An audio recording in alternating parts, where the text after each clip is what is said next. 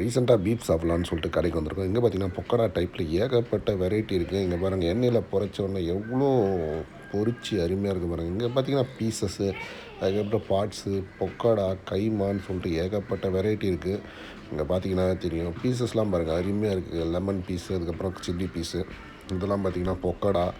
இதெல்லாம் பார்த்தீங்கன்னா இதெல்லாம் பெப்பர் பீஸு, அதுக்கப்புறம் க்ரீனு, இதுக்கப்புறம் லைன் பீஸு, இதெல்லாமே பீஃப் வெரைட்டி. இவ்வளோ வெரைட்டியை பார்த்தீங்கன்னா எங்கள் ஊர் குடியாத்தத்தில் தான் இருக்குது. அந்தளவுக்கு பார்த்திங்கன்னா பீசஸும் அருமையாக இருக்கும், சாஃப்டாகவும் இருக்கும்.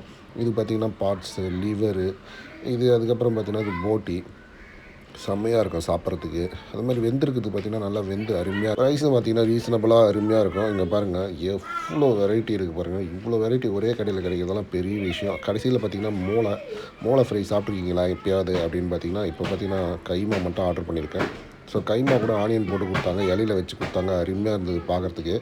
இது பார்த்திங்கன்னா எலும்பே இருக்காது சுத்தமாக, அந்தளவுக்கு நல்ல தரமாக அருமையாக இருக்கும். ரொம்ப பிடிச்சிருந்தது. இது பார்த்திங்கன்னா கிட்டத்தட்ட ஒரு ரூ. 20 தான் 100 ஃபுல்லாகிடும். இது கூட சேமியா வச்சு கொடுப்பாங்க, இடியாப்பத்து கூட சேர்த்து சாப்பிடும்போது பார்த்திங்கன்னா ஈவினிங் ஸ்நாக்ஸுக்கு அருமையாக இருக்கும்.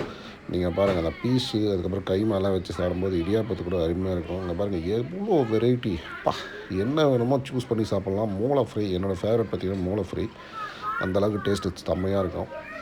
நல்லா ஃப்ரை பண்ணி கொடுப்பாங்க. ஸோ ஃப்ரை பண்ணி கொடுக்கும்போது பார்த்திங்கன்னா நம்ம எடுத்து சாப்பிடும்போது இன்னும் நல்லாயிருக்கும். இது வந்து பெப்பர் பீஃபு.